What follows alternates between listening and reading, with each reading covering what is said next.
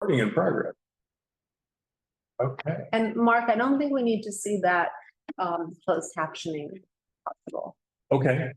I don't know if that's something we can manipulate or not. Let me just take it over here and I'll. All right. And Ivy, I see that you're here. I'm marking you attending. So we'll do the quorum date. 1, 2, 3, 4, 5, 6, 7, 8. So it would be 5. We have 1, 2, 3. We have 4. Okay. Let's see if.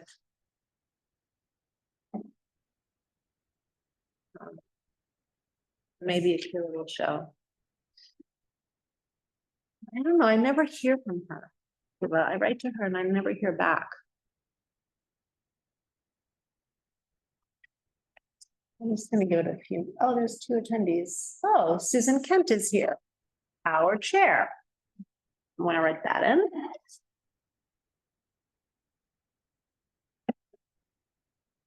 Is Ann Hager on our board? Yeah. Board, yeah. Oh, I know she is. I know who you are. I couldn't put the face to the name. I mean, the name. I'm just gonna give it 2 more minutes, just out of whatever.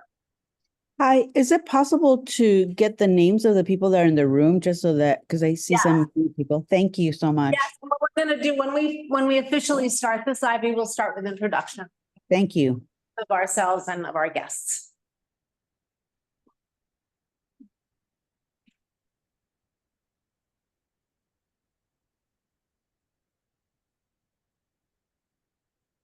That's in here or far? I'm Denise Harlan, but I'm on the 6th, so Oh, it's that's just easy. easy to get down here. Yeah, What stop do you, what street? I'm at 110. We're friend at 101. I went to high school up the 96th Street stop, Oh, and I grew really? up right around Union Square, so that was my daily back and forth. Which high school did you go to? Hunter, Okay, yeah. yeah, no windows, but you know, No. nice people. windows. Yeah.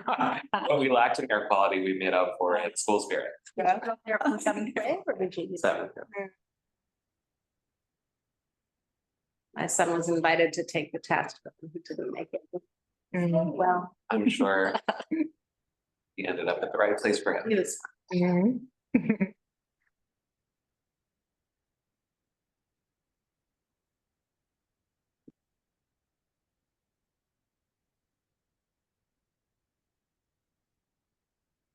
Well, you know what? I'm going to start more promptly than usual, just because I don't really expect many people to show up. And if they do, there won't be much to miss. We're going to start. Welcome, everybody. This is the March meeting of the Human Services Committee of Manhattan Community Board 2. My name is Susanna Aaron. I'm the chair. We'll first introduce the members of our committee. Ryder. I'm Ryder Kessler. I'm a member of the board and the committee. I'm Emma Smith, and I'm also a member of the board and the committee. Ivy. My name is Ivy Kwan. I'm also a member in the board and of the committee. And Susan, who is not on our committee. 2 people who are not on our committee but are on our board. Susan Kemp is our chair. Yeah, I'm the chair of CB2. And Anne, do you want to unmute yourself? Yes, hi, I'm Ann Hager. I'm a member of the board, but not of this committee. What are your committees? I am on schools and education, which is why I'm here to talk about something that you guys are discussing tonight. And then I'm also on Parks and Waterfront. Great, thank you. So our agenda tonight, and then we'll introduce you guys. We have 2 items on our agenda. The first is going to be an update from the Center for Urban Community Services, which we will be calling CUCF from now on the operation of Paul's Place, which is a drop-in center and safe haven for homeless adults, men and women. And then the second part of our agenda will be a discussion of a resolution that was passed last week by the Community Educational Council, District 2, CEC District 2, regarding transgender athletes in the schools. So I think I'll invite our guests to introduce themselves and we will just start. Okay. I'm Linda Scheimer. I'm You guys got muted? Oh, we're muted. Oh, there- We are muted. How are we? How do Came we- back. We're He good, came we're good. back. He came Okay, back. okay. I'm Linda Scheimer. I'm one of the Deputy Chief Program Officers at CUCS. And in that role, I oversee 6 of the programs, and Paul Place is one of the programs I oversee. And since we're relatively new, I'm very involved in the development of Paul's Place.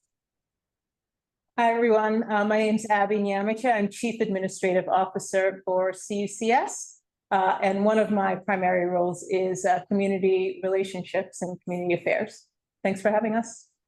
So I serve as the CB2 representative on the Community Advisory Board, which is required by the city for any homeless shelter.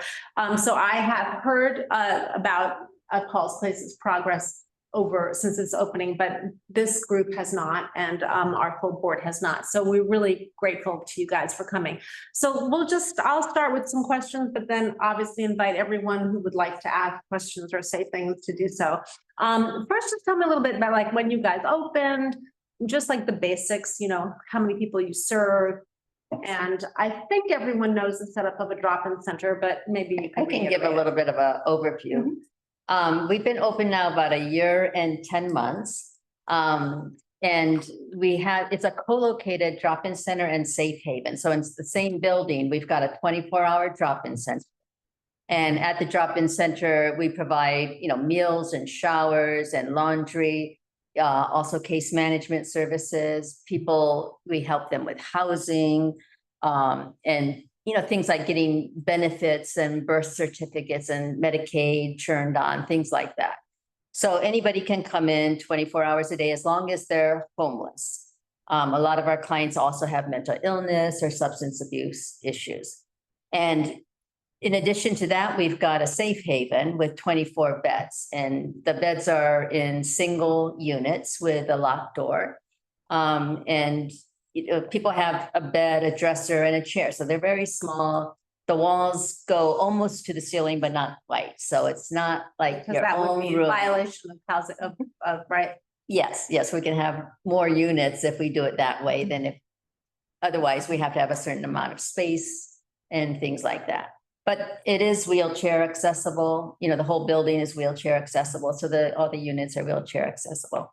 And then on every floor of the safe haven, there's like 3 floors of safe haven, and there's about 8 units on each floor. And then there's 2 bathrooms usually on each floor with a shower, so individual bathrooms for them. So at the safe haven, all of those folks are referred by the Department of Homeless Services, and they come from the street. So it's the street outreach teams that find our clients living on the street and invite them to come indoors. And so at any given time, we could get a new person if we have an opening who comes indoors. And our main focus is to house people permanently. So we're looking for a permanent supportive house for them. I thought it was in the wrong place. Hello. This is Team Berger, who's a member of our committee. I remember. Abby and Linda, Nice. just begun with a kind of overview of Paul's Place. And most of which you probably already know, but it's helpful as a Yes, of refresher. course. Thank you. And here's your. Yeah, she's a very good chef. So one distinction is when you say that the people who live in the safe haven come from the outreach committees, the outreach teams, that's distinguished from the regular shelter system, right? If you are, this city gives shelter to anyone who asks for it, and they go to an intake center. That's right. Right. Whereas the people who get the safe haven private rooms are people who have been deemed chronically homeless, and they don't come through the regular intake center. Right. And Yeah. these are often people who do not want to live in a shelter. Maybe they have lived there. They really can't handle all the rules and regulations of a shelter, and they need a smaller, more flexible type of place. Like we don't have a curfew. We've got more staff on site who can help. We have psychiatrists psychiatric nurse practitioner and a medical nurse practitioner. So we have a lot more services Mhm. right there in the facility. And so these are for the people who otherwise would have fallen through the cracks. And how many people are staying in the safe haven right now? I know your capacity is for 24. I think today, I think it's like 23. We keep it full. Pretty full. Yeah, yeah, one moves out and within, the minute somebody moves out, we go on a list and then the next person moves in. So- And when they move out, are they moving, I'm gonna guess that they're moving out for many different reasons, but would you say how many of them are moving into more permanent housing? Or a different kind of shelter, Yeah, as opposed to just going back to the street? right. The vast majority of them are moved out to permanent housing. That's like when we don't move people to purposely to a shelter or somewhere else. Every once in a while, they do fall out of housing. But since we've opened at the Safe Haven, we've placed 15 people. And at the drop-in center, we've managed to place 14 people in permanent housing. So a total of 29 since we opened. And even at the drop-in center, we have what we call transitional placements. So some of the placements are permanent, but the others might be to a shelter or to a safe haven, most likely not ours. But there are many safe havens throughout New York City. So also there, we try to place people in transitional or permanent housing. And that we've done, since July 1st, we've had 91 transitional placements from the drop-in center. Wow, that's. So that shelter and shelter, stabilization beds, safe havens, detox. All of Are you those. able to follow any of them? I mean, I'm gonna guess that they must be hard We to don't- track, like. Yeah, we don't really have a system of tracking them, but often they're connected with an outreach team and the outreach teams might track them, you know, Part of the part of the Manhattan Coalition, the yeah, Outreach Coalition. Yeah, Manhattan Outreach Team. Manhattan Right. Outreach, right. And so then tell us about the drop-in center. so the drop-in center is what I was saying before, where they have all sorts of different, they come in for case management. So we have a caseload of 70. That's like the top number of people that we actually have on caseload. We might serve more than that. We would serve more than that because some people just want to come in for a meal, a shower. They don't want any case management service. We try to convince them that, hey, why don't you work with us? And sometimes after they've been with us for a few weeks or a few months, then they might agree to go on caseload. Then you work more intensely with them. And, they can also be referred to our medical person, to our psychiatric nurse practitioner, if they need medications or if they have wound care needs for the medical person. We serve them that way, but we also try to get them into a safe haven so that, then they have a place to sleep every single night. Whereas a drop-in, you may have a place we have chairs and they're recliners. We have a combination of recliners and regular chairs. And, people do sleep there, but it's not really meant to be a shelter. So they would be better off. And you don't always have room every night, because on a cold night, lots of people come in, we have to turn people away. In fact, don't you have a lottery system for appointing those chairs? Yeah, yeah. We do have a system where you put your name in a hat in the morning and then we pick out, enough people to say 34 chairs we forgot upstairs and another 25 downstairs. And if it's code blue, we open up the dining room at night, or code red. That's when it's very hot or very cold. If it's not, then we just we close the downstairs at 10 o'clock. And so then it's only the people on the lounge floor, which is where the recliners are. And if you open the dining room, is it chairs or are they sleeping on tables or? It's just floor? chairs that nobody's allowed to sleep on the floor. Got it. From fire department rules and DHS rules. So they'll just sit at their chairs and tables. Wow, So that's not the most long night. comfortable. So that's why we try to convince them to go to a shelter or a safe haven. And please, we're very few people, Yeah. so please just feel free to jump in. I will. I don't need to be out twice. So the safe haven is almost always full. Yeah. And that, and you said that when people do leave to go into permanent housing or otherwise, that there's people on the list. What's the source of that list and how many people are on that list? Yeah, DHS really coordinates Mhm. all the outreach teams, because outreach teams are funded by DHS, Mhm. Department of Homeland. So they coordinate, they have ways of determining who gets on the list, and well, the outreach teams put people on the Mhm. list. This person wants to get to Yeah. a safe haven bed. And then they have a way of figuring out who is the most vulnerable. Maybe have been on the street the longest, have the most medical issues, Mhm. really need to get in earlier, they get to the top of the list. So we don't pick and choose who Right. comes. They don't have to interview with us.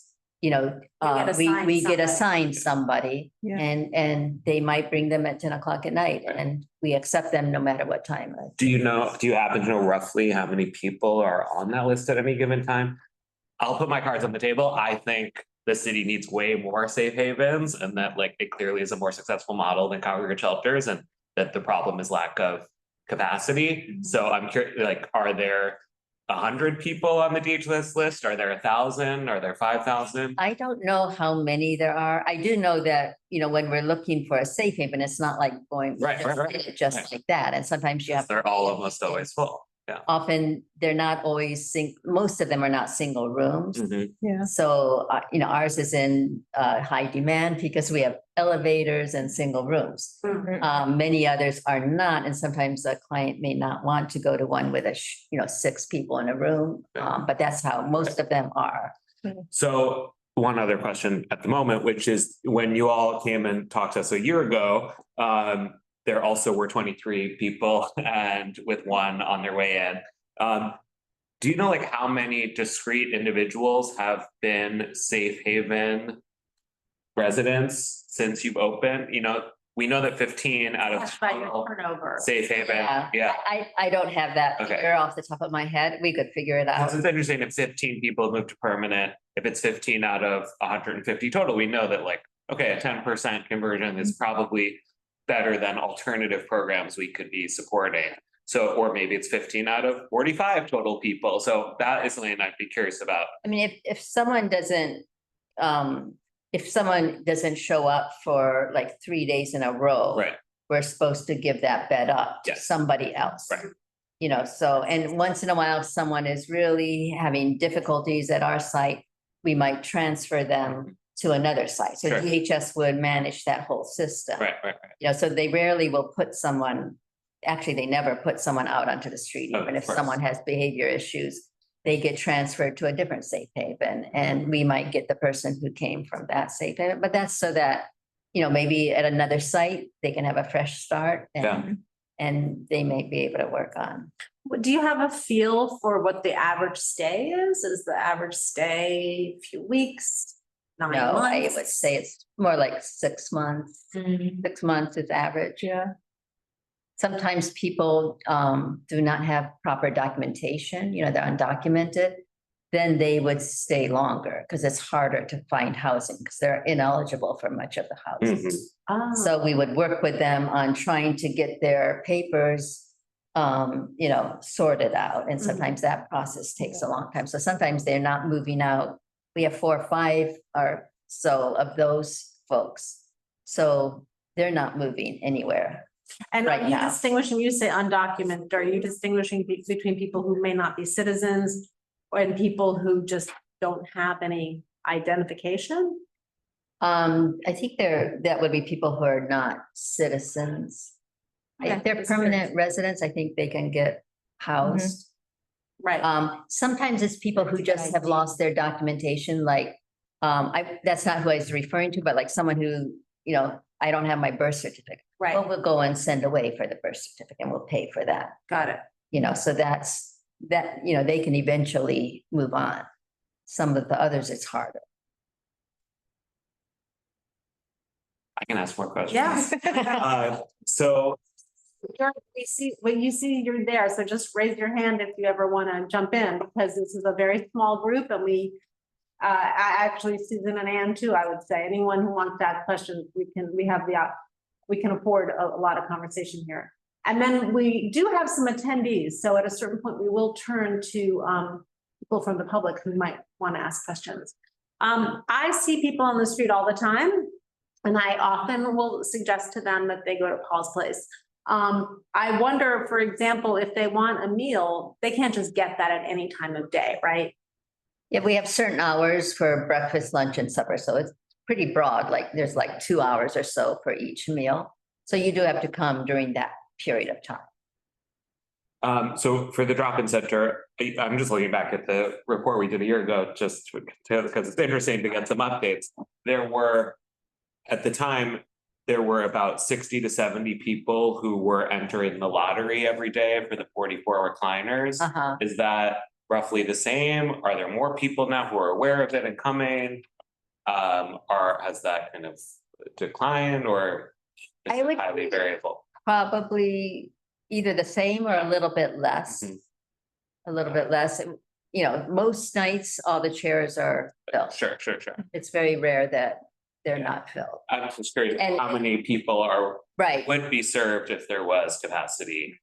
yeah. I don't know that off the top of my head. Yeah, something over 44. We do actually have a list of, didn't get the chairs Yeah. or something like that. Right. So I would say on any day, there might be 10 people or so that don't get you have have a to chair turn that we away. have to turn away. Got it.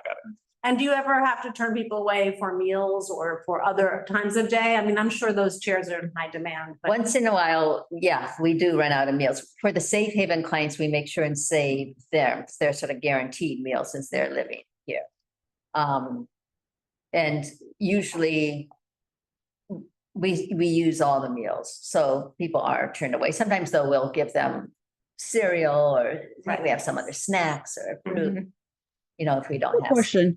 I know like God's Love, for example, and a couple of the home deliveries, they usually have extra, food, especially God's Love already has a system where there's a lot of, frozen food.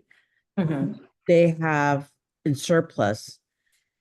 Could those be could there be relationships you can make that you would have some of those at hand because they do have surplus?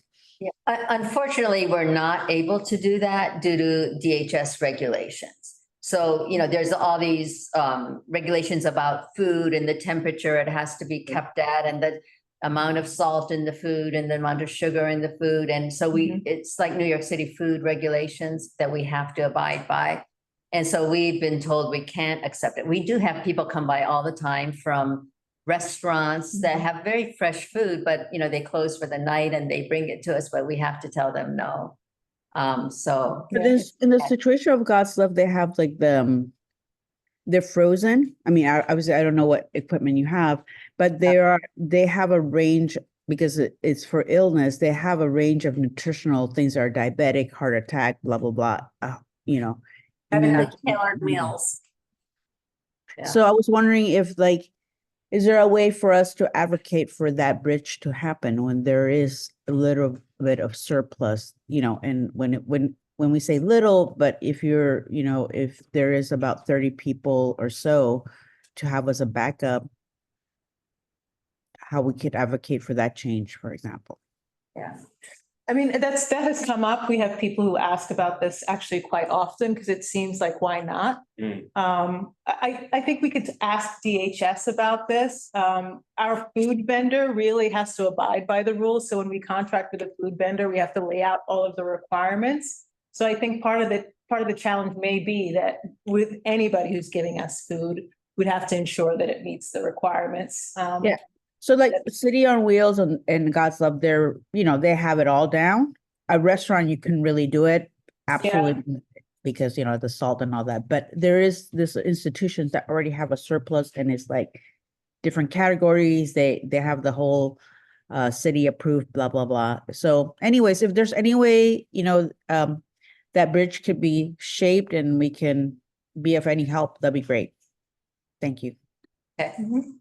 I suppose also if at some point you felt that you were overcapacity, that you wanted to expand your meal capacity. I mean, is that something that if you needed to do it, you could do? You could apply Well, to the city to expand your meal capacity? We have some,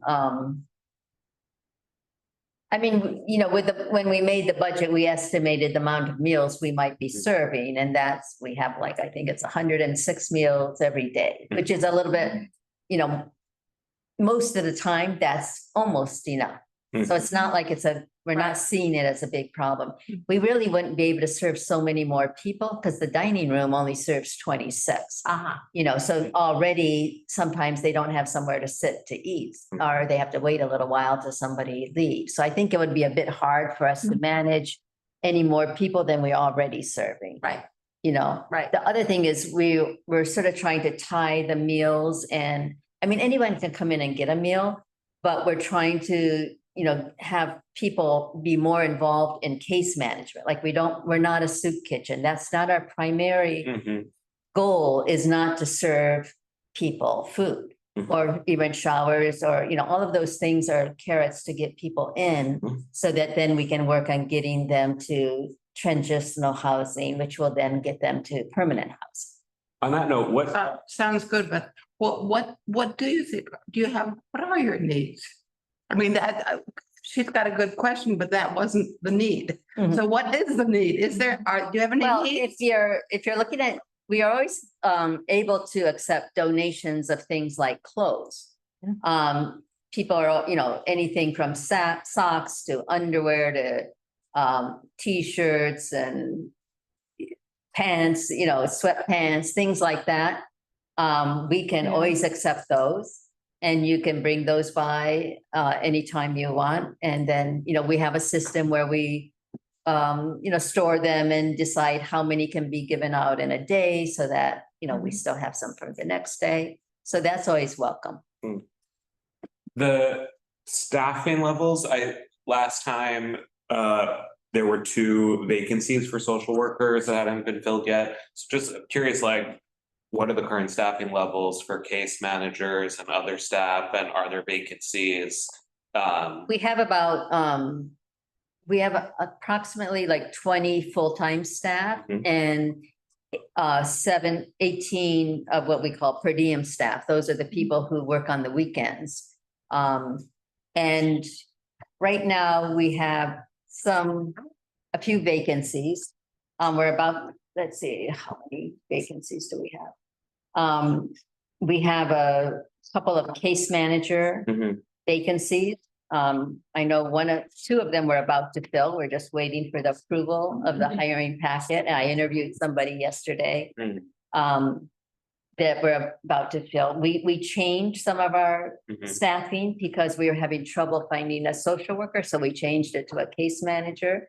So we're finding more case managers, and we do very similar work. So that works. We've changed one of the positions to a activities of daily living specialist. Can you talk about the distinctions between there? So when is the social worker LCSW and then case manager?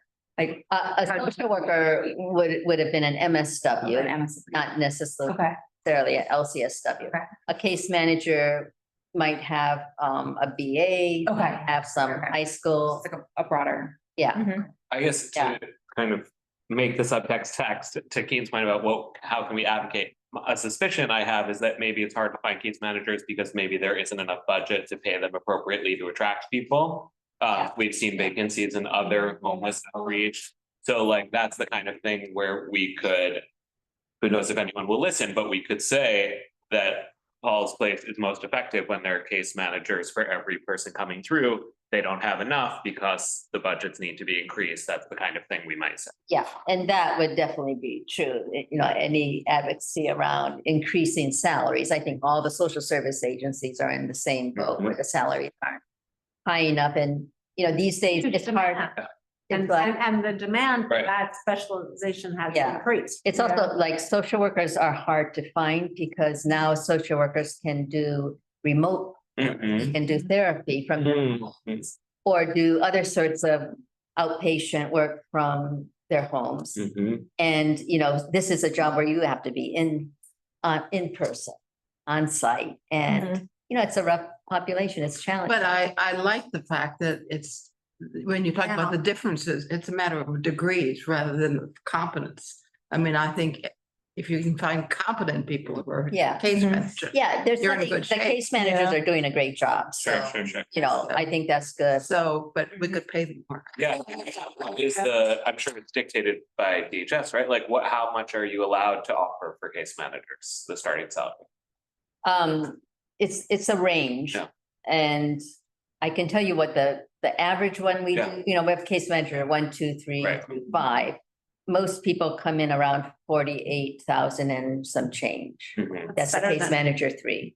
Wow, that's better than what we saw at the Manhattan Outreach Consortium Yeah, for the Mhm. street outreach At- teams at Goddard. where they Oh, have really? 50% vacancy. Yeah. because- It's, I mean, it's really hard. What I will say is very recently, you may have heard this, the mayor did announce a COLA for human service providers that are contracted with the city. What's a COLA? It's a cost of living adjustment. Thank you. And so it's a COLA that the sector has been fighting for years and years. The idea is that it does happen annually, but it hasn't happened annually in many years.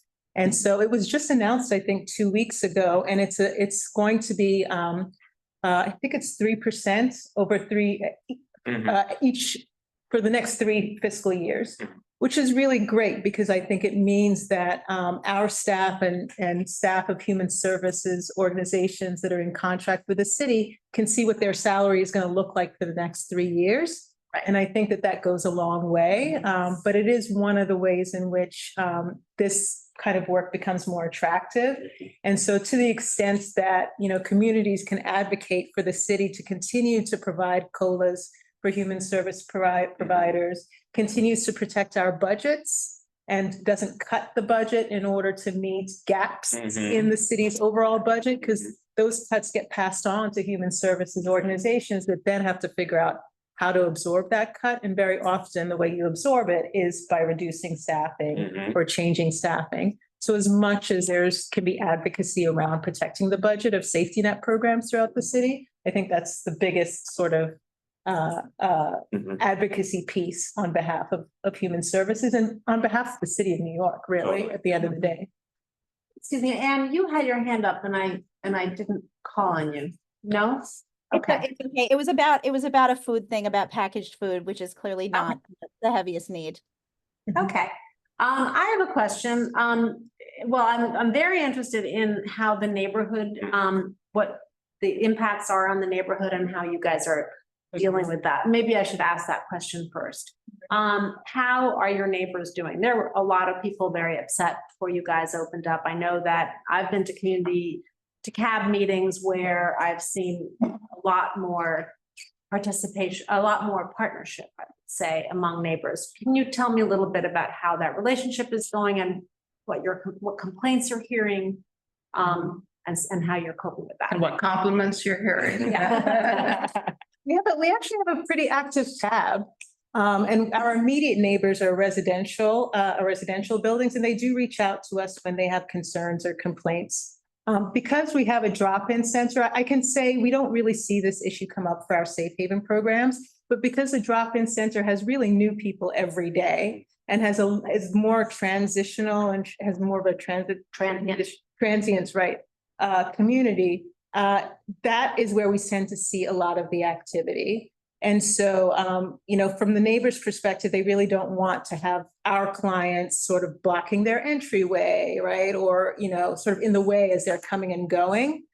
So we do have security outside 24/7. We have a guard stationed outside, and it's really that guard's responsibility to make sure that the area is clear. And it's all part of our effort to be good neighbors. And that, I'm sorry, but you increased your security position. That's right. That's right. Yes. So we didn't historically have a guard that was stationed outside. We worked with DHS. DHS has been a really good partner. And just so we're clear, I'm talking about the Department of Homeless Services. I know that DHS. But I recognize other people. Other people. And a cab is. It's a community advisory board. Exactly. Yes, yes. So our neighbors are on the advisory board. We have the electeds. Nicole Barth, who's here, I think, attends the board meetings. Susanna attends. The assembly member and NYPD attends the meeting as well. The community liaison attends. And so it's an opportunity to talk about how things are going. So yeah, so I think that Security, you used to have how many guards now, security, and you were able to get DHS to support. yes, We now have a total of four full-time guards. At any given time, there's 4 people. So, we have different posts, and one is always on the sidewalk, one is in the security booth, Mhm. one is right inside the security booth who would, search people as they come in, because we have metal detectors. And then another one we call the rover goes up and down all the floors. So Mhm. that person can be wherever we need them the most, and they can just make sure everything's okay on the floors, especially at nighttime. Do you need to do checks room by room? They don't do that unless Mhm. there seems to be a problem. Like what our clinical staff will say, put a note, we have a program log, that's how we communicate with all the staff on 24-hour shifts, 7 days a week. And they'll put a note in the log, if there's somebody who we were concerned about, can you do a wellness check on, these 4 clients? And clinical staff will go up there, meaning our case managers, Mhm. along with the security guard, and say, hey, how are you doing? Is everything okay? And maybe it's a medical issue, maybe they're upset, we will keep tabs if something's going on. And what about substance use on the property? I know that you're not, that clients are not allowed to bring some drugs in. They go through a metal detector, but you don't search them for drugs. We don't search them for drugs, but if it, every once in a while, somebody might be found smoking marijuana on the terrace or using some drugs in a bathroom, we call security and the case management staff together, tell that client, this is against the rules. We ask them not to do that. If it's a repeat issue, then we might say, okay, why don't you take a break for a few days? You can't come back. And when they do come back, they have to meet with the supervisor, and they have to sign the rules and indicate that they're going to follow the rules. So that's sort of how we deal with it. Right. So it's because we recognize a harm reduction, a harm reduction model where it's acknowledged and accepted that people will use substances in the privacy of their rooms. It's a little bit. It's harm reduction. It is harm. It is harm reduction, but that doesn't mean we, allow use of drugs on site. Right. So there's a difference between like the housing works model and barring and searching people when they come in, for example. Yes. Yeah, we're generally not searching for substances. But if someone comes in with say a bottle of alcohol, sorry, you can't bring that in. Right. Sometimes it's obvious. Mhm. I'm going to open it up to any attendees who'd like to ask questions, and we'll just keep going if we don't see hands up. I also see that Carter Booth, who's a member of the community board, is on this call. I think we should elevate him. I don't even know how to do that, so. I'll ask a question while Yeah, why don't you? attendees, last year you all mentioned that there was another safe haven scheduled to open at 105 Washington Street. Mhm. Did that happen? No, it's on its way. So it's opening in early summer. So towards the end of May, early June, we expect to be able to welcome in And has residents. community board 1 weighed in on that? Yeah, we've been in touch with Community Board 1. Yes, they've been very supportive. Good. So we visited to talk with them about several times about the safe haven. Good. In that community, there isn't a safe haven program, and they have been interested in having a safe haven for folks who are bedded down. Goddard is the outreach team of that particular area. And, what we find when it comes to safe haven services and bringing people off the street, they feel very connected to the neighborhood that they're sleeping in and bedded down in. Mhm. And it's much easier to get them to accept a bed in a community that they're familiar with. And so we're looking forward to having something in that area. Maybe we could, maybe we could do some sort of outreach to CB1 to say, we know you have a safe haven coming. We've had one for a year and 10 months. The safe haven is great. Yeah. And so we just want you to know our experiences with Yeah. it. I think we could also invite them to join a CAB meeting, which is very helpful, because it is helpful to see what residents complain about. And also I was really struck the first CAB meeting that I attended, I asked the residents, how do you feel like it's going and how responsive do you feel the CUCS has been? I was really encouraged to hear them say that they thought you guys were very responsive. So I think that it sounded to me, and I don't want to be too Pollyanna-ish about it, that, you know, there are going to be fits and starts and there's going to be issues. Yeah. But if neighbors feel that they have a partner who's listening and who gets it and doesn't just write them off, that it's much more I know, effective. you know, they have my email and they have my phone. So sometimes I'll get a text or a photo or something saying what's going on here, and we'll get on it right away. I think that's the main thing, is to just, you know, if they notice something, say the clients are congregating, you know, sometimes it's like smoking in their doorway or, you know, question about the guard or something like that outside. You know, then we address it. We try to catch it beforehand, but sometimes you don't. And, you know, we acknowledge that. And then we really try to look at, okay, why did this happen? Do we need to retrain the security guard as to what we need them to do? Susan? Also, I interrupted. So. I just wanted to share, you know, as somebody who is a neighbor who literally lives a block away, you know, I have found that Paul's Place has really integrated well into the community, and people have just gotten much, much more comfortable with its presence. And they, you know, not only respect what's being done, but they appreciate the fact that their needs are also recognized. And it's really a very successful model. I just hope you can keep duplicating.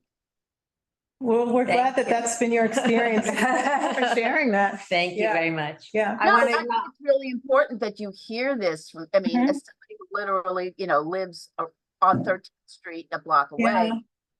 You know, I've seen the change in people's attitudes. That's nice. That's good to hear. I want to welcome Ritu Chatri, who is on our committee.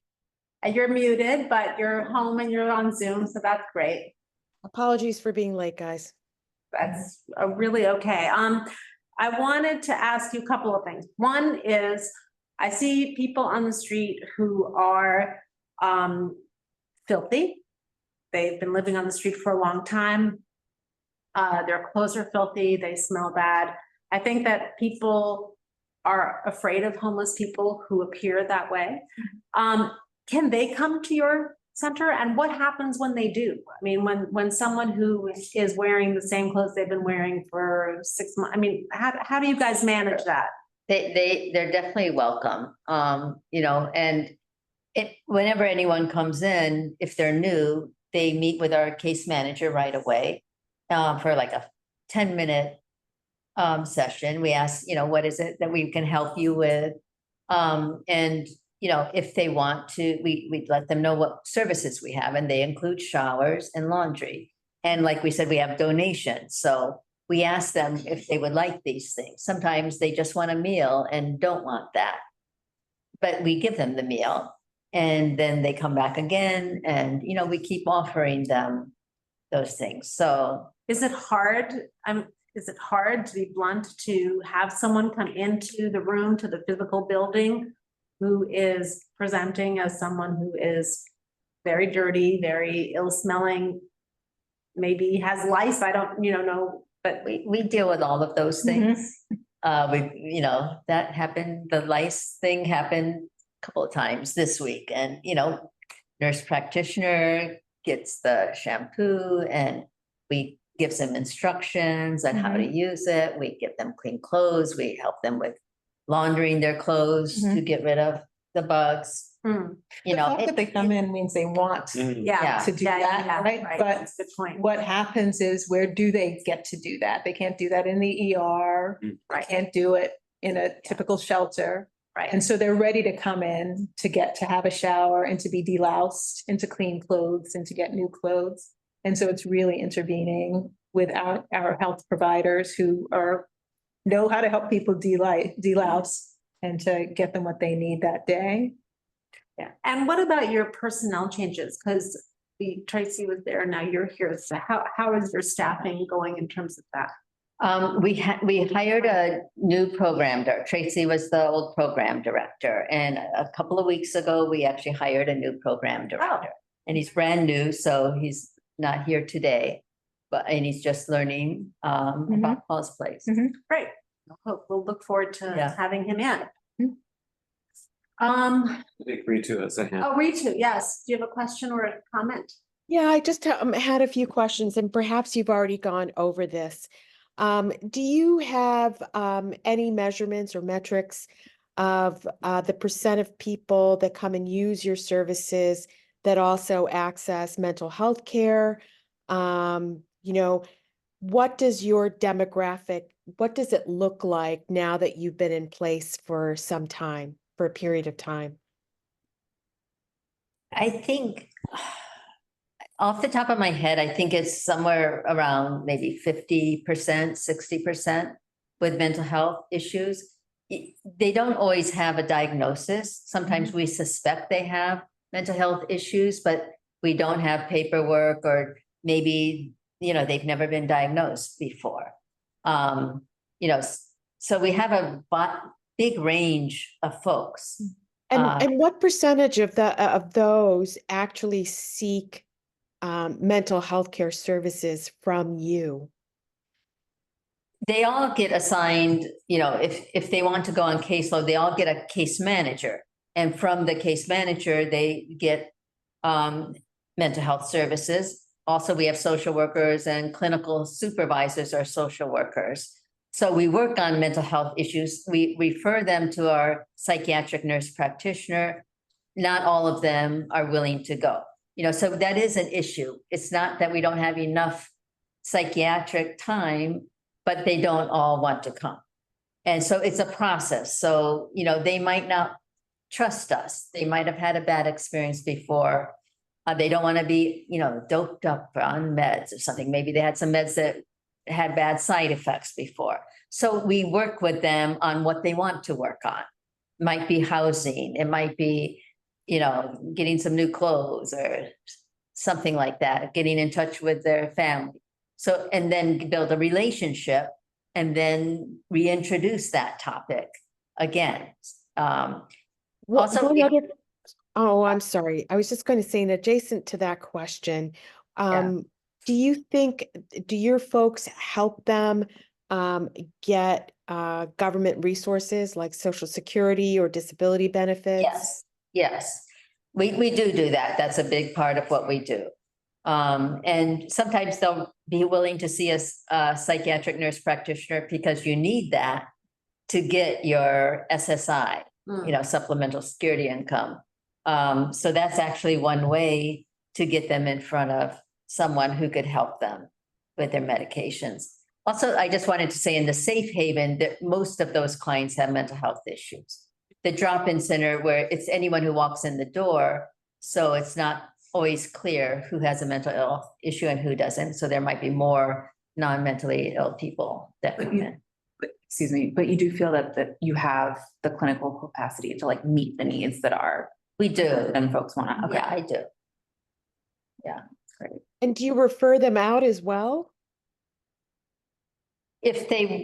We don't have a need to refer them out because we have enough staff right now. For medical, we also have enough for primary medical, but if they need specialty work, like a GYN or, neurologist, something like that, then our medical people refer them out. If they want substance abuse counseling or anything like that, we would refer them out.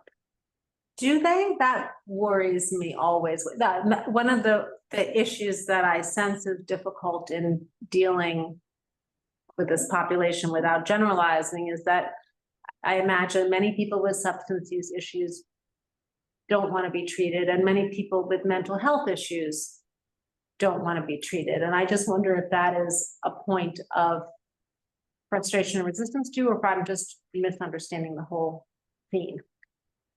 I think that at various times in their life, they might have had treatment and done well, but maybe for some reason they fell out of that treatment. So they might have seen us at a time when they they're not in that mood where they want. We try to get them back to that, but we don't hold up their housing placements for them to agree to mental health treatment. Right. You know, so it's the housing first philosophy. So, you know, if someone doesn't want, you don't want to turn them off by harping on, you must see the psychiatrist, you got a mental ill. We don't do that. You know, we just go with the flow. And would you like your own place to live? Almost everybody wants that. And we focus on that. And, you know, we tell them you don't have to take medication if you go to this supportive housing. You know, supportive housing is permanent housing that has case managers and social workers on site. And often they think that if they go to a place like this, you know, there'll be people telling me what to do. I'll have to take medicine, and that's not the case. So we tell them, no, you can have a lease, you can have your own studio or 1 bedroom, very nice location. You know, it's hard. They're not always trusted. Yeah, sign me up. Yeah. And you only have to pay 30% of your income. So, you know, that's where we try to focus people on. Yeah, it seems to me that this is such a good program that there shouldn't be any homeless people on the streets. Don't you think? I mean, if this is happening. What we need is more supportive housing, Right. more permanent housing. So if you want something to advocate for, more permanent. I do, I'm not shy. The fact that there's a waiting list at all means that there's a mismatch between supply and demand. Yeah. And that if there was way more supply, there would probably be much less street homelessness. So on that point, like, besides the summer, you know, 105 Washington Street, like, what else is in the pipeline in terms of additional safe havens or drop-in centers? Or transitional housing. Yeah. There was some really good trend. I mean, Yeah.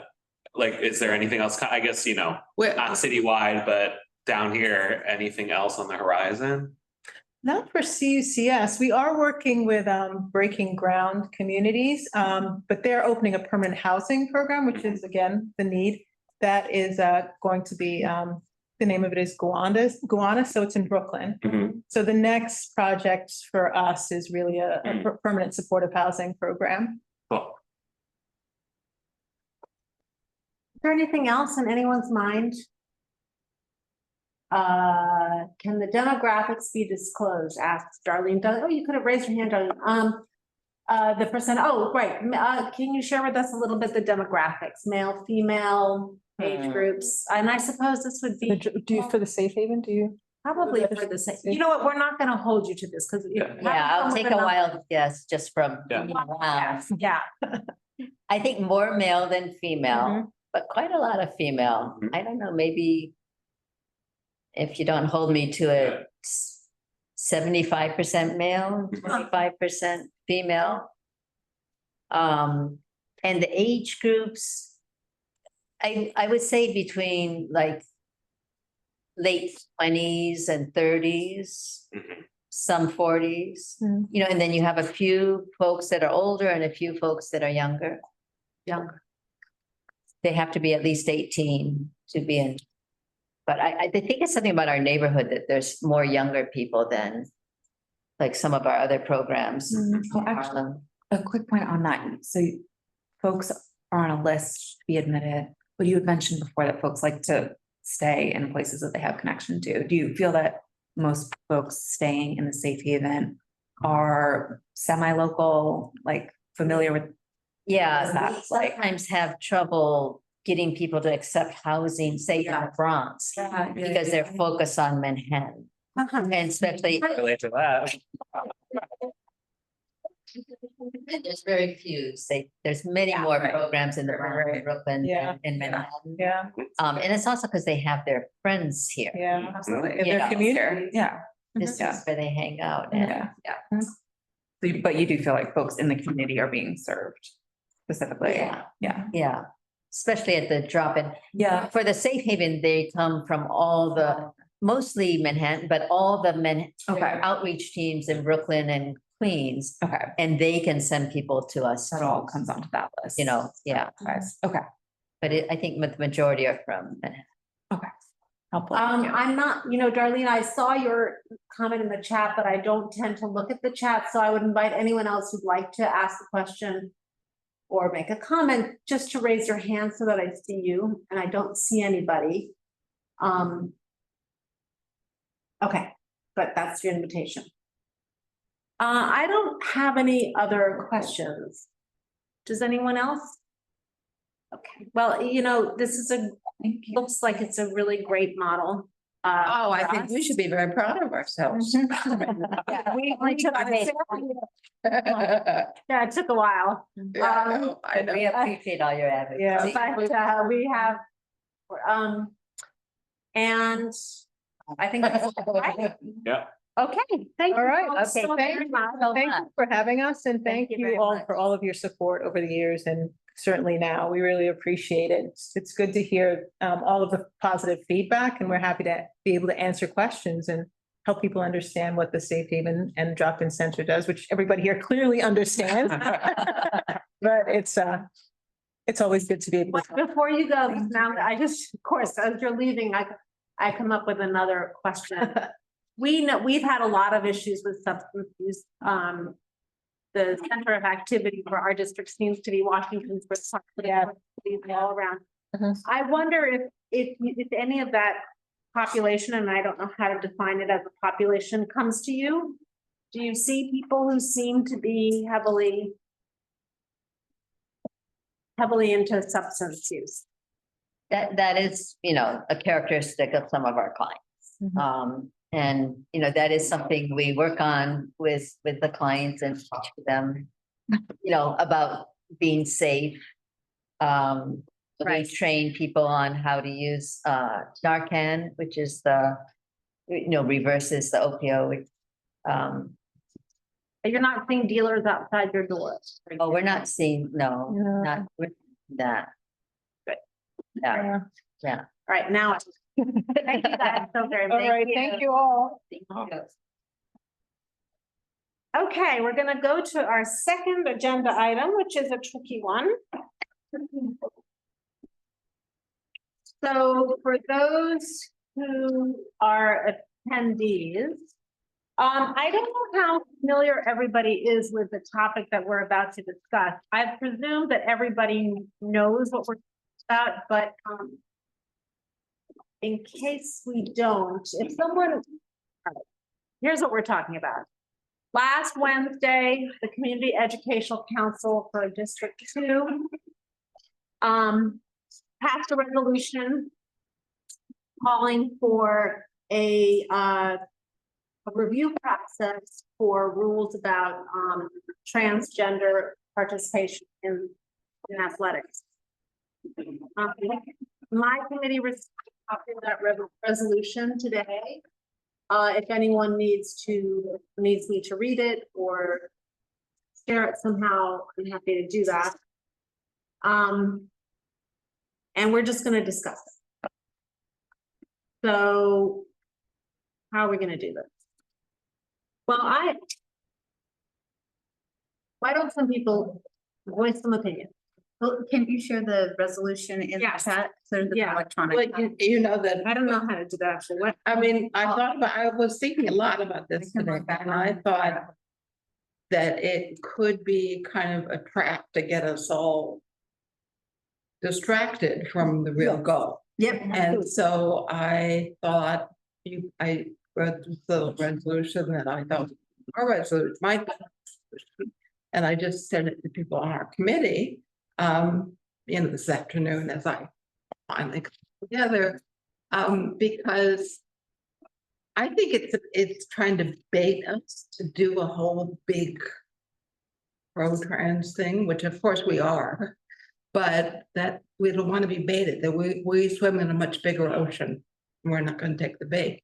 So I wrote this resolution that says essentially, we respect everybody and we appreciate everybody. We want everybody to be whatever they are. And so that's my take on this. And I Now- have a copy we have copies of Keene's resolution, which we can share, but I thought we really should discuss this. Yeah, I brought copies just so If we And I want, can always share my screen with her email, by the way, so that everybody can see it on the screen if you want. Or if you know what, Sharici, since you're on the Zoom and I'm not, the resolution that I sent you is actually a link to a Google file. If you could share that link in the chat, that might be really helpful. Okay.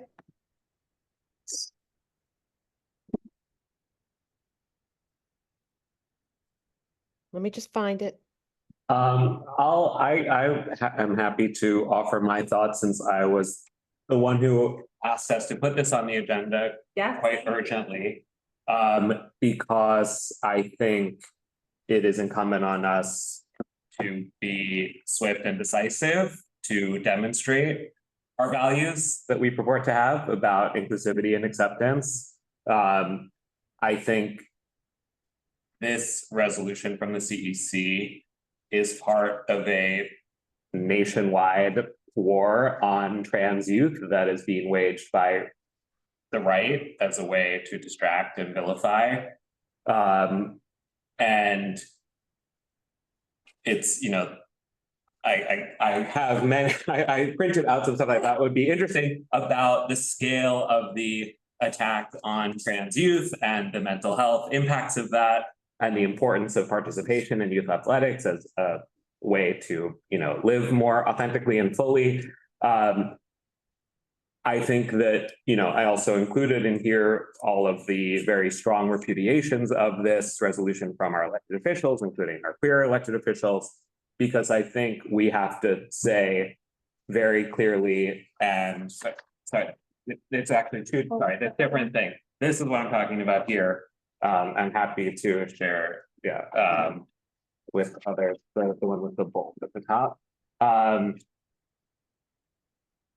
I think we just have to say as a board very clearly, as our elected officials did, and as advocacy groups for queer New Yorkers did, that we are not taking the bait that questioning trans kids playing sports is somehow problematic or something that needs to be questioned.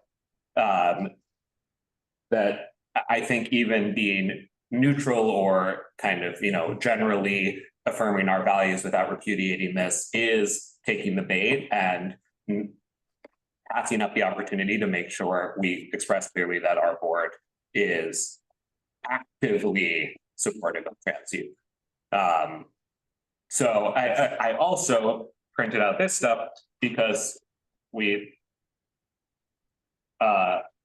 had a chat after last week's full board meeting about the kind of implications for cis girls in sports of the inclusion of trans kids in sports. It's this, really it's trans girls in sports who are being vilified. So I also put together a bunch of references about how there's no actual evidence that the inclusion of trans kids in sports has adverse effects on cis athletes, and just it's particularly true of youth, but it's true across the board. So if folks are interested in that, that's this. So I don't want to filibuster or monologue for too long, but I think it's a really clear, great opportunity for us to be clear, as our elected officials have been, to just say that we repudiate this and that we see through it, and that we affirm our support for the trans kids in our school district and in the community and in the city. yeah, well, I agree, and that's why I put gender as the first of the categories that we think doesn't matter what gender you are. And I deliberately said it doesn't matter, whether you're male or female or trans or bi. But already we're getting into those weeds. But it really is a different strategy, I think. Ritu has her hand up. So I wanted to say that I really agree with Ryder. I'm kind of offended that in such a progressive state as New York, that they would go searching for a solution to a non-existent or to it was a solution in search of a problem. Because the number of trans youth is so de minimis in our population. And if it was an affirmative action protecting their rights and expanding their rights, expanding their access, I would understand why they took, any action at all, but this was really the reverse. It was restricting their access, restricting their rights. And I think we have to be really clear and narrow in specifying what we are supporting or what we are against. That's it. Yeah, wait, Anne, I'm coming to you. Carter, I happen to see your note in the chat. Ritu just posted the link on the chat. She did, okay. Yeah, I think he's also confused. There is no proposed resolution. Keen drafted, there. I have some resolution, some draft. I've started writing something. Keen has written something. We will share that after this discussion, but I really want to have a discussion first before we have discussions of the language of a resolution.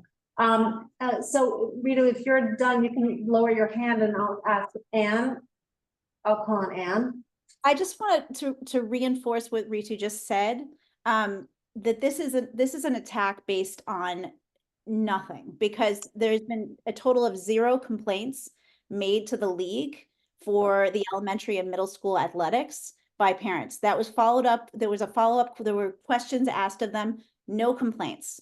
So this is a flat out attack with no issue previously there. They're creating this issue. Thank you. Yes, Mara. So, yes, they're taking the bait. Hold on 1 second before you Yeah. say that. I need to introduce some people because they were not introduced earlier. This is Martha Fitzgerald, who is not on our committee. She serves on the Schools and Education Committee. Patricia Laria, Chair of schools. Chair of Schools and Education, and Janine Kiley is our former board chair. We also all attended the CEC meeting. Yes, we were all there. Okay, so Mark, go ahead.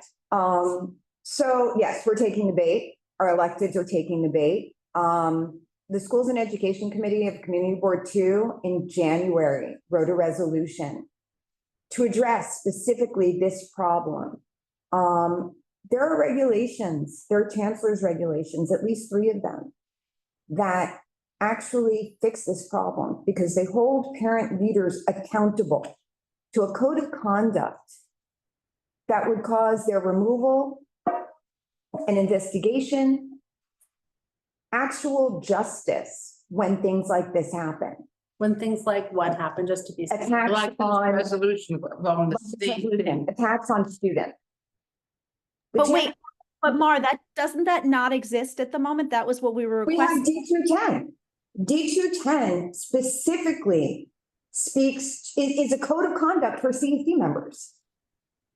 And they are supposed to, the conduct refers to verbal and physical acts of behavior, including council members' use of oral and written language when it occurs during or at CEC meeting.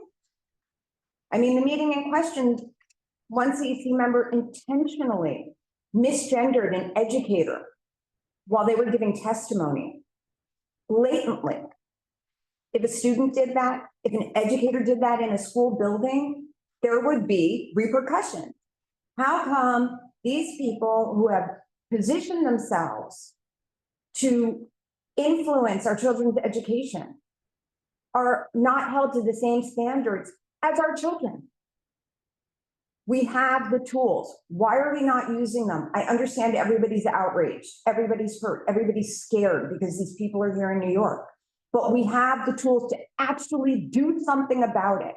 And so I feel like any resolution should be requesting, demanding, insisting that the decision makers use the tools available to them to keep people who would harm our children off of leadership positions.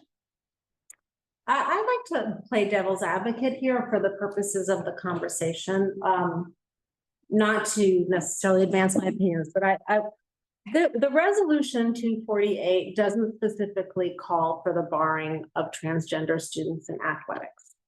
It also reaffirms the rights of all gender identities and civil rights. It does not appear to be an act of bullying.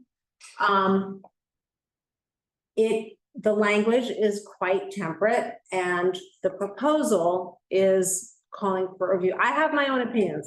But I wanted to play devil's advocate. And also I wanted to introduce something that someone on our board who can't be here tonight very nervously shared with me, nervously because she doesn't want to be seen as anti-trans, and she is not.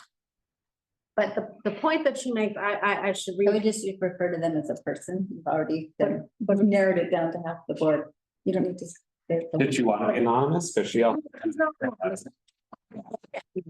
Erica Olson, who we actually, Erica Olson, who can't be here tonight.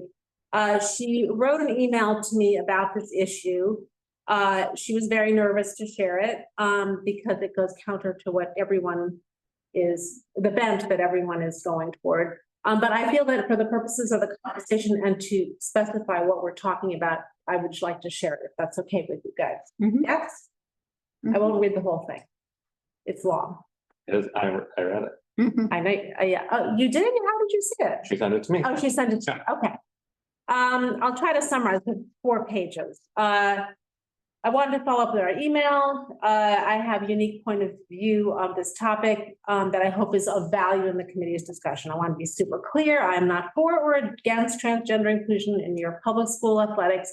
My personal stance is that the issue is very complicated with important, potentially life-changing consequences for all girls, trans and not, and absolutely demands diligence in exploration and understanding, especially given the youth sports impact side is changing by the day with recent NIL, which is name, image, and likeness, and affirmative action legislation. I'm not an expert by any means, but I think I'm one of the few people on the board that is deeply familiar with the youth sports landscape, both through, number one, personal experience. I played tennis in college.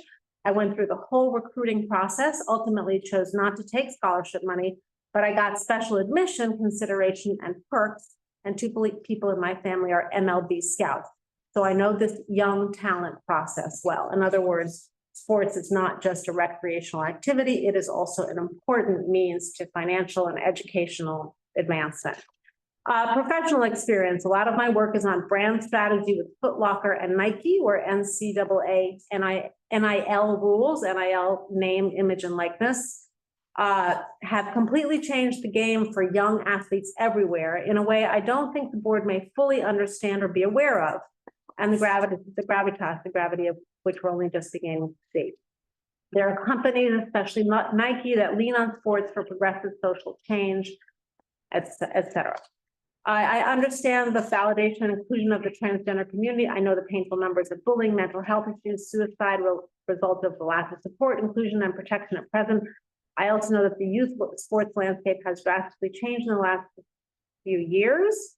And we're in the process of seeing laws where athletes at the high school and college level are now allowed to use money, which just came into being in 2022. That those we're seeing what that we're just beginning to see the impacts of what those are having on youth sports participation and engagement. Given that these laws have just recently gone into effect, we don't have a lot of impact data available yet, but many experts say the legislation, the equal funding. We know consequences will be significant. Will the promise of financial gain raise youth sports participation? Will it make youth sports more of a job training, competitive landscape, and even less recreational, which is a trend we've already seen? I can't really read this, it's not fair because it'd be 20 minutes and no one here is taking 20 minutes, but I do want to make sure that I'm not giving it a disservice by, if I'm paraphrasing, obviously I'm taking what I want, not necessarily what she would be saying. So she points out, I don't think that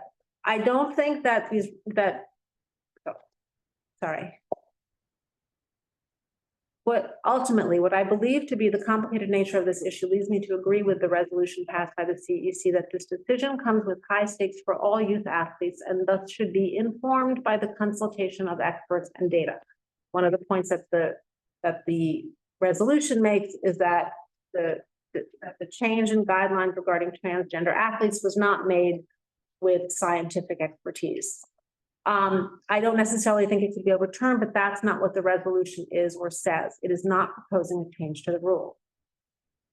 I know the board is familiar with the stakes for trans girls and what that means, so I'll just outline some of the topics. Okay. Where there are trans girls on born female teams, there will likely be an impact to metrics of kids who are playing to get noticed by colleges. And I think 16 current and former swimming, volleyball, and track cisgender female athletes brought a suit against the NCAA for allowing the physical inequality via transgender inclusion policy. And many more kids than people may realize are playing sports with competitive and collegiate aspiration. Okay, I'm not going to say more. The point that I think that she's making that I just think we want to acknowledge in this is that, and I agree with Anne, I don't think that this is an issue. There are not that many people who are taking transgender athletes who are taking the spots of cisgender female athletes. But I think that what she is saying is that if that were the case, there is a question of, it's not just a question of playing on a field. It's a question of getting advanced. That there are people for whom sports is a path to success, and that having an uneven playing field would hurt those chances. Yeah. So I just want to bring that point into the conversation. Yeah. I think Go that's ahead. an interesting point, and I don't know what percentage of kids actually play Division I, but I'm gonna just throw it out there that I'm a youth sports expert too. I can't tell you how many hours as an adult I've spent with my children on youth sports fields, and it's an upper out system. If you don't grow big enough by high school or whatever the case may be, you're probably not playing as competitively as you may have been as a child. I also had a dad who was a semi-professional baseball player and high school coach for a lot of different sports. And when my mom passed away, her dying wish that he would switch to sports, coaching girls sports in light of Title IX passing. And I'm one of 4 daughters. So I have a lot of background in sports. I didn't play in college. And I also went to, so I'm not good, but I played. And that's for your advancement. And I think the whole concept of kids who are on that track to get a Division I, II, or III scholarship is a whole different angle, and we should be specifically saying we're not talking about that. I do want to point out that the mission, whoops, I just lost that. The mission of PSAL, which is Public School Athletic League, is to provide opportunities for educating students in physical fitness, character development, and socialization skills through an athletic program that fosters discipline and sportsmanship across our 25 varsity sports for more than 45,000 student athletes from over 400 member schools. I don't know what the data is on the number of kids who get scholarships, but that is not the goal of this program. It is not to get kids free rides to college. And those kids are probably getting recruited by private schools and other programs where they are on those paths. I also want to point out that in terms of physical fitness, virtually no New York City schools replied with state regulations for PE. I won't go into those details. I testified about that. And what very few people comply With the state requirements for PE, which are really low. Right. Students of color have disproportionate access to PE, which is all grades, and PSAL teams, which is in high school. New York City, New York Public Litigate, NYPLI, I can't remember what the Y stands for, sued the city, and they settled in 2022, and the DOE and PSAL were required to recruit 200 teams by 2024 for schools that disproportionately did not serve students of color. 100 public schools have actually no sports at all. And some have slanted floor auditoriums. So we're looking at a situation where kids are not going to college on tennis scholarships or even considering that. They're just trying to move and play. And I think we're sort of missing the forest here for the trees of that one scenario. And if, people who are looking at, ultra competitive stuff who want to go a different route, that is a separate issue and certainly is up for discussion, but that's not the point of this. And I also want to point out in terms of students of color disproportionate access to PSAL sports. In New York City, 15% of the students are white, the rest are students of color. So 85% are disproportionately not getting access to PSAL sports. And back to what Mar was saying in terms of some of the comments and this resolution, and this is really like, anyone can stand up and say, don't, we oppose people taking advantage of these, saying horrible things and not letting this disadvantaged group do stuff. But what are you actually doing about it? I'd like to take it a step forward and consider some of the stuff Mar suggested. And it does specifically talk about CEC members saying stuff at meetings or outside. And I just want to share Maud Marin, who did not present this resolution, but we all kind of know who she is and where she stands. Her Twitter profile used to say, hashtag I stand with JK Rowling. I feel sorry for her 4 children. God forbid one of them is not cisgender. I know, but you have 4 children. What are the odds that one might not be cisgender? So I just want to point out that she said at a Moms for Liberty meeting where she was on the flyer listed as a CEC representative, which is improper use of the title. Her critic, somebody in the audience identified herself as a proud queer woman, and she responded, and this is covered in Chalkbeat, Mother Jones, Daily News, and lots of places, so it's not just hearsay. She said, which I think means she's a straight girl without a boyfriend. So this is the kind of hate speech that is out there. And I just want to be very explicit about this. This is not, well, it's a little squishy. It was done in 2019. This is intended to rile up people, get all of our elected officials to make these statements and then actually do nothing. Yeah. So That's why I think it's debating us. I think we have to go look at the big principle to say, no, we're not going to take this debate. I have a couple of thoughts. One, in response to Erica's letter, which she shared with me as well, was part of why I put together this little thing, because I think she's raising the question of what are the adverse impacts on this growth. And I think she's raising questions that are asked and answered. And also one of the things included in here is a bunch of quotes from institutions that represent women athletes and feminist institutions like the National Coalition for Women and Girls in Education, et cetera. And the Women's Sports Foundation says specifically, the false rhetoric taking hold is a distraction to the real threats to girls and women in sports, such as lack of Title IX understanding of compliance, inequity in compensation resources, sponsorship and media attention, harassment and abuse of female athletes and women in sports. The list goes on. It's not a few trans girls playing high school sports. So I almost was reluctant. The reason these are separate is because I almost didn't want to make this because I think it kind of Distracts. It implies that there is a debate worth having, that this isn't, to Janine's point about Maud's comments, et cetera, that this isn't actually just an attack on vulnerable queer people for the sake of scoring political points, which is what I believe that it actually is. And that's why I think more important is the affirmation of young queer people and the understanding of this as a nationwide coordinated attack that is about gender affirming care, it's about bathroom access, it's about sports, it's about trying to prevent queer people and trans kids from existing, period, which to me is so much more fundamental than potential, other things that might come up down the road. So that's one thought I have. Another thought I have though is that I don't understand reluctance to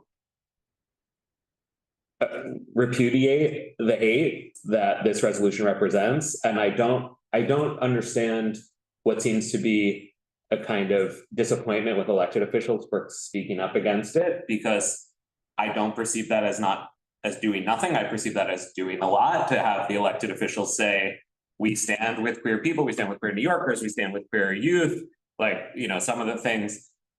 Let us be clear, we will not stand for discrimination against transgender New Yorkers. We stand unwaveringly united against any and all forms of discrimination. such as a vile attempt to marginalize the most vulnerable students, which was from the LGBTQ caucus statement with Rita Joseph. Like, that's the kind of thing I want us to say too. And it feels. I'm not saying that's bad. I'm Yeah. saying that one step. Yeah. Okay, as long as that is one of the steps. Well, I mean, Patricia, yeah, go ahead, Patricia. We all have to realize that last year there was signed into law that New York State is a trans safe haven. Mhm. So I'm not sure why, this is like to get our attention, get our eye off what else we need to be focusing on, like the budget, school budget and such.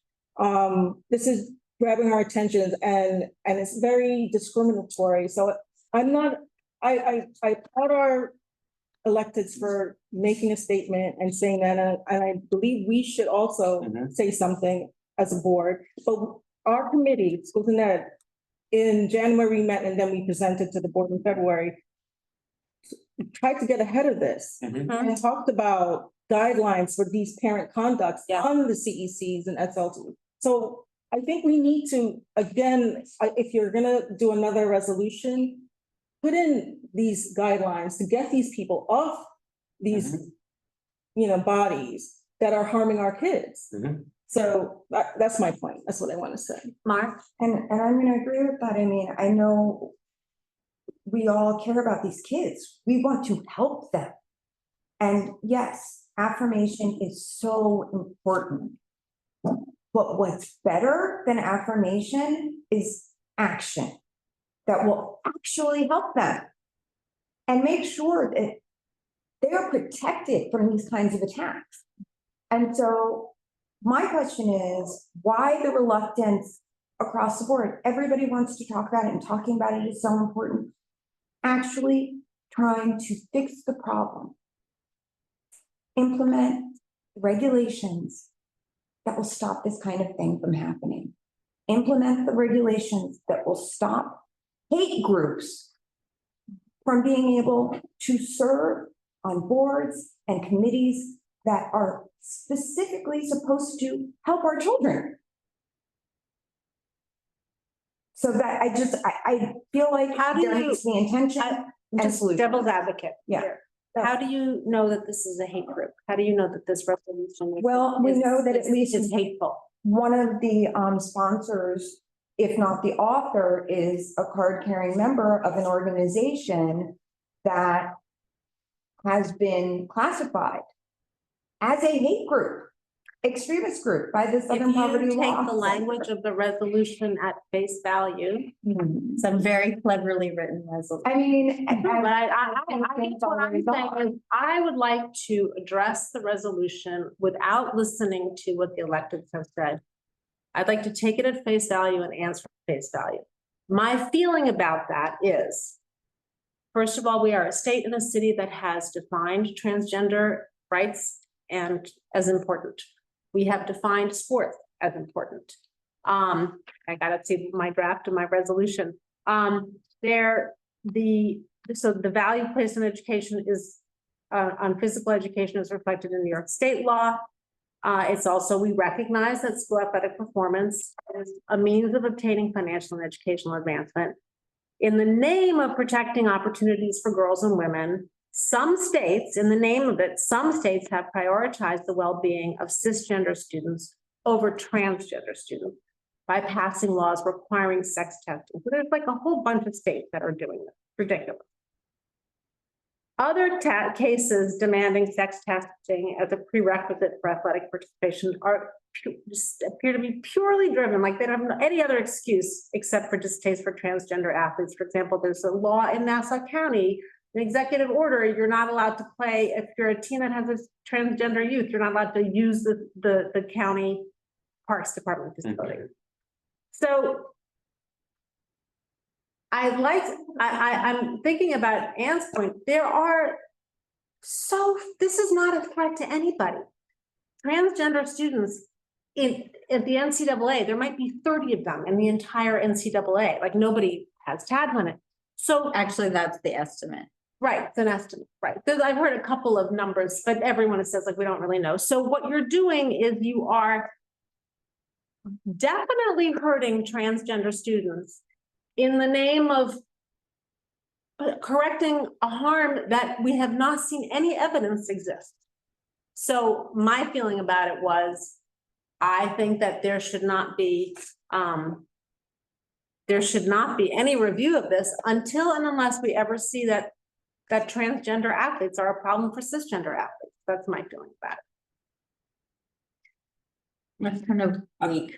Yeah, I guess I don't think we need to take it at face value and respond to it as if we're in dialogue on the just asking questions and we're responding to the questions being asked. I think like we can see it for what it is and we can respond to it in that way.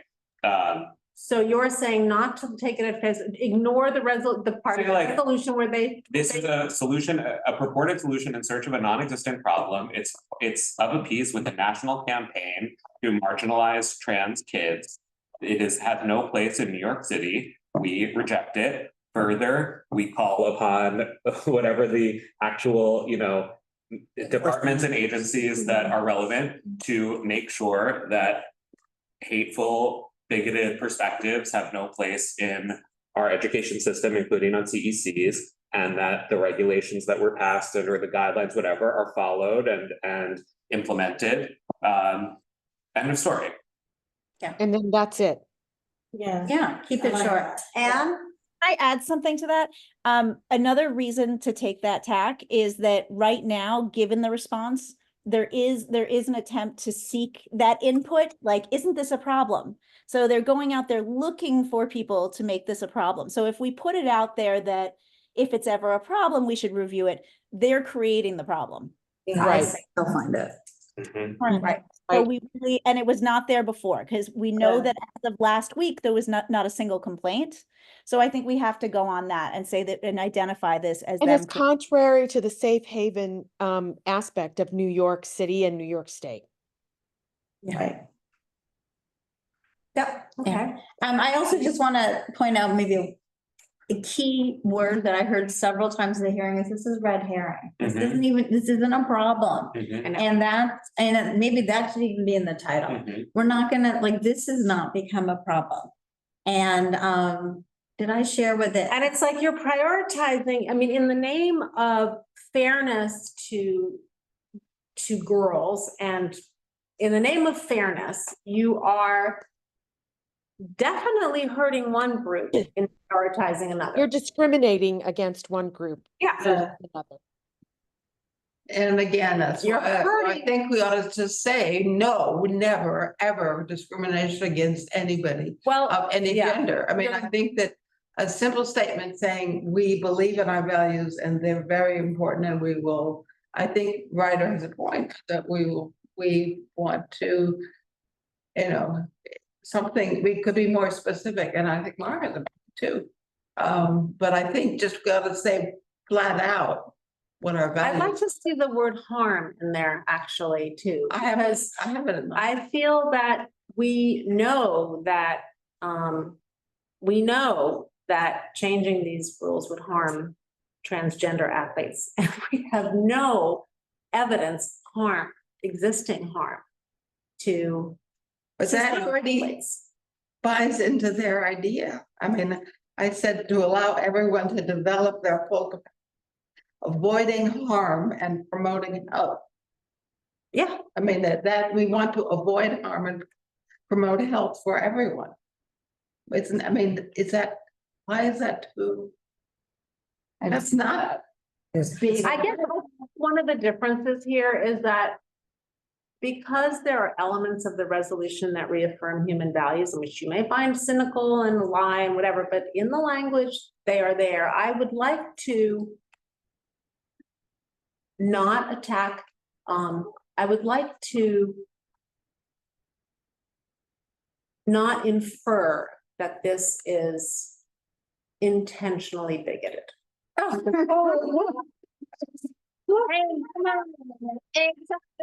Oh, you gotta get in the back of the bus because there's not enough room in the front. No, I think that's fine. I see. Whatever. I feel like it makes it stronger when you take it at face value than when you use. I mean, that's just my feeling. I think we have to name it and shame it. We have to be very clear that we see what's going on. Yeah. And also I think like it can't just be, we believe in equality for everyone, like. If Use that same language. we have in that to resolution. proactively say, we see that this is an attempt to marginalize this group and we stand up for this group. Like, because if we don't actually, we just say like, well, everyone, we believe that everyone is great. We're not actually, All lives matter. yeah, it's not strong enough. Yeah, I'm pulling together some links, but both American, I'm not sure if I already shared this, but both the American Academy of Pediatrics and American Medical Association have statements opposing legislation that prevents transgender youth from participating in society as their identified gender. But beyond sports, it's in every possible capacity. Right. And that was, they were in 2021 and I'm not sure what the other, but relatively recently. It's also, it's New York State law.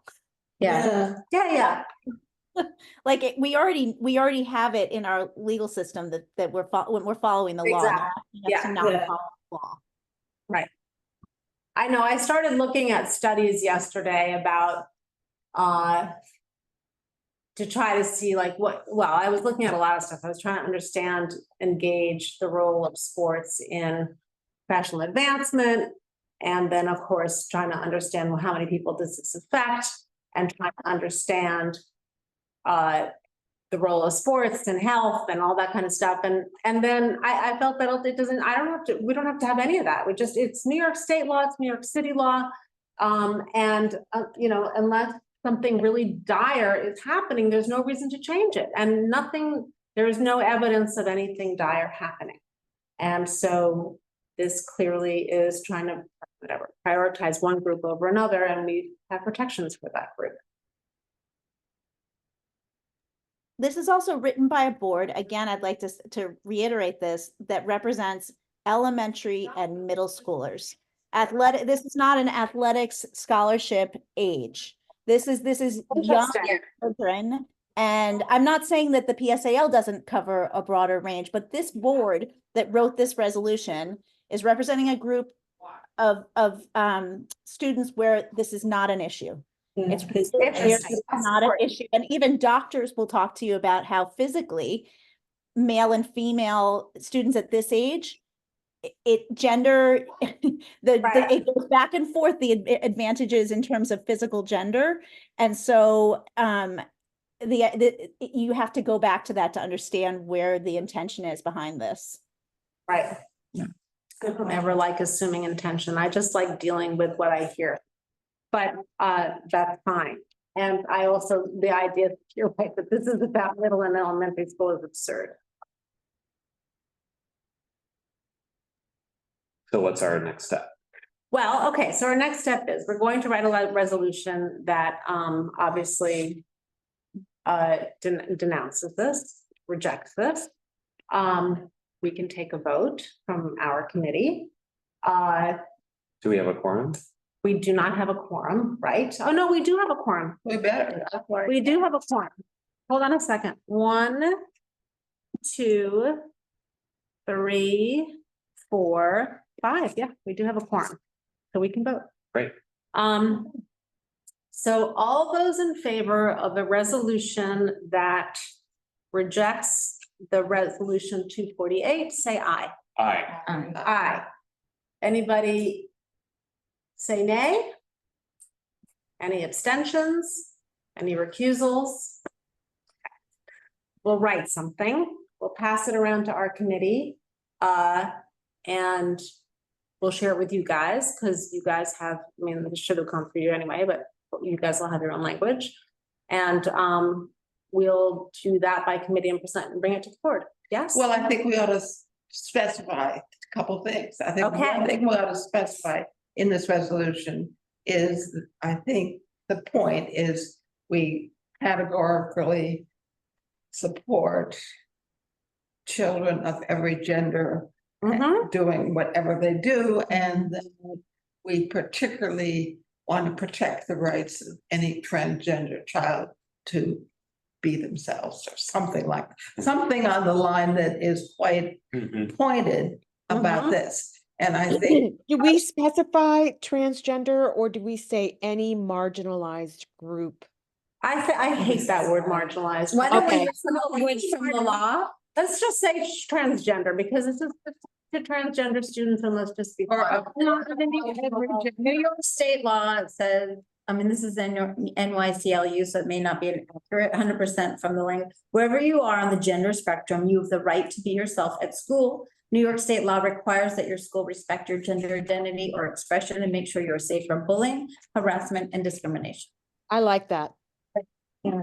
Like, let's just go to the. but I think we need to say something specifically that, Well, this Reaffirm.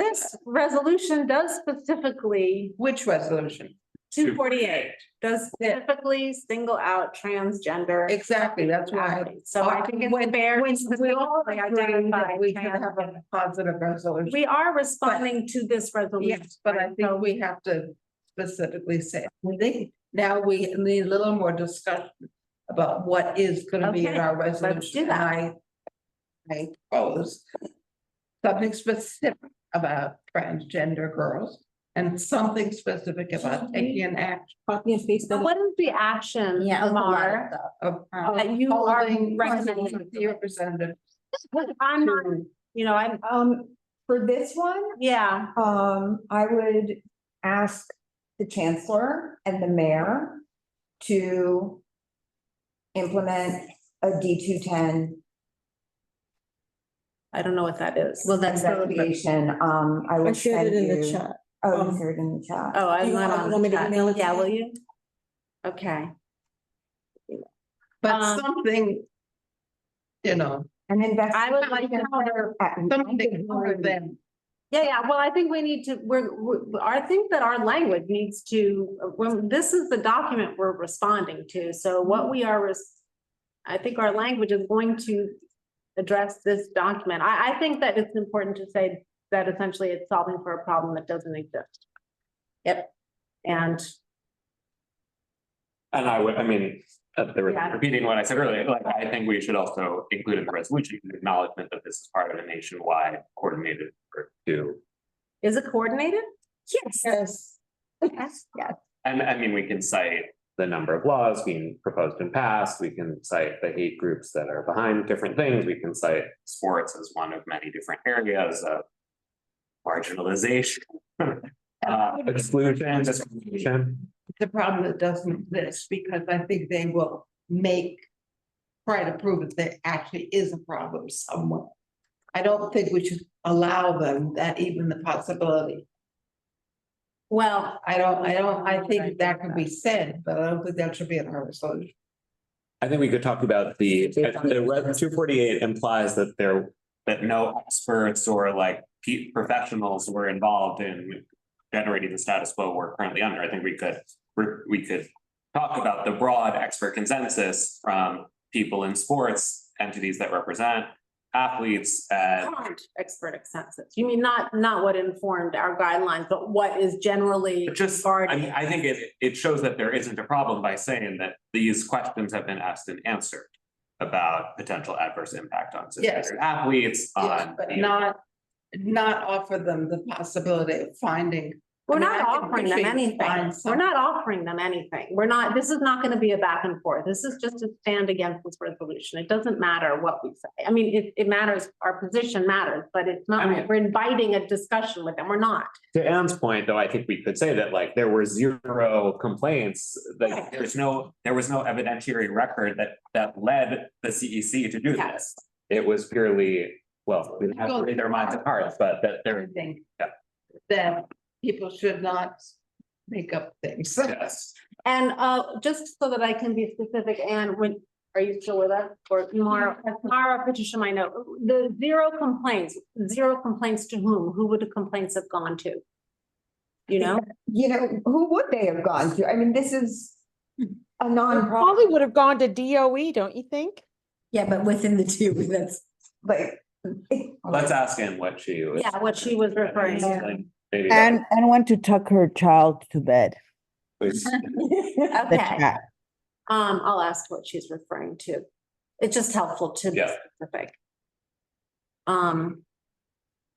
What else?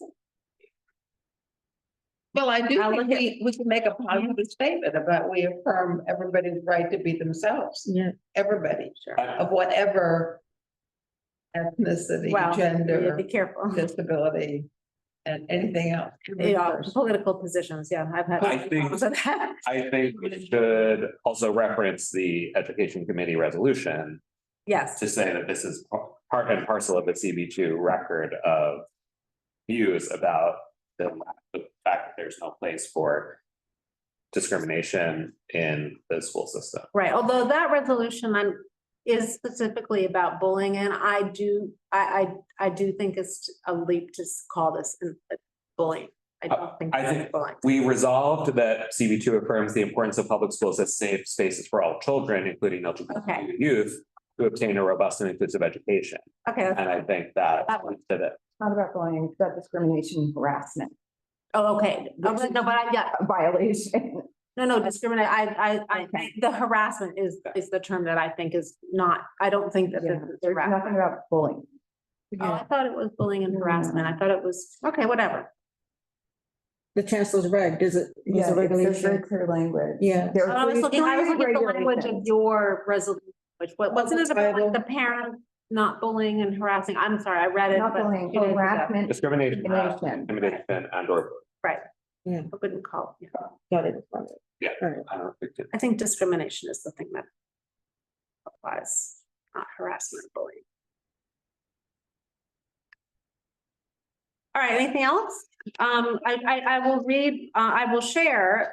No, what I think we should do is share your resolution, I'll email it to the group.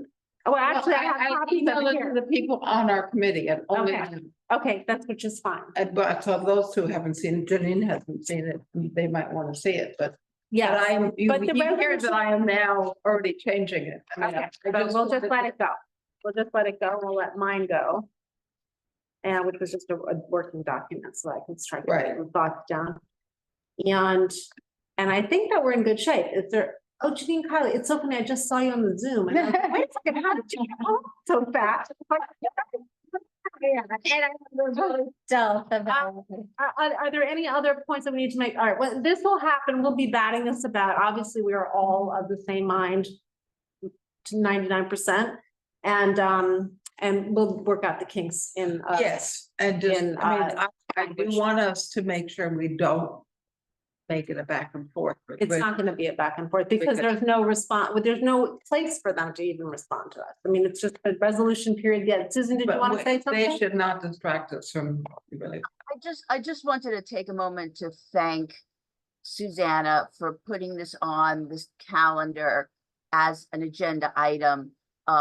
Normally, this would have been taken up by our education committee, but because of scheduling issues, it simply wasn't feasible in order to do this in a timely way. And, you know, when I heard about this, you know, thinking that Human Services has expertise in addressing the rights and needs of vulnerable populations. And clearly we're talking about a vulnerable population when we talk about trans youth. And this has been, you know, a really great conversation and a very productive one. And I just want everyone to know that this was, you know, it's her support that has made this, you know, conversation possible tonight. Well, thank you very much. But in turn, I will thank Ryder Kessler, who is impassioned about this and brought it to everyone's, put this on the front burner. So thank you. And I will in turn thank those part of our committee for coming to help inform it. Yes, thank you guys. And also for letting us entertain it since it really is your bailiwick. All right, guys, and I move to adjourn this meeting. Second. All right. Nana, I just have a bunch of links. Yes. Send it to you and you can. Send me everything. Everybody send me